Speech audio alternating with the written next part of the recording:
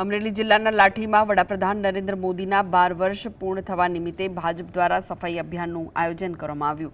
આ કાર્યક્રમ અંતર્ગત લાઠી સ્મશાન ખાતે સ્વચ્છતા અભિયાન હાથ ધરવામાં આવ્યું। સ્મશાનના પટાંગણમાં સાંસદ ભરત સુતરિયા, ધારાસભ્ય જનક તળાવિયા સહિત ભાજપના આગેવાનો અને કાર્યકરો ઉપસ્થિત રહ્યા। તમામ આગેવાનો દ્વારા મળીને સ્મશાનની સફાઈ કરવામાં આવી હતી। કાર્યક્રમ દરમિયાન સ્વચ્છ ભારત અભિયાનનો સંદેશ આપીને સ્વચ્છતા જાળવવા અપીલ કરવામાં આવી હતી।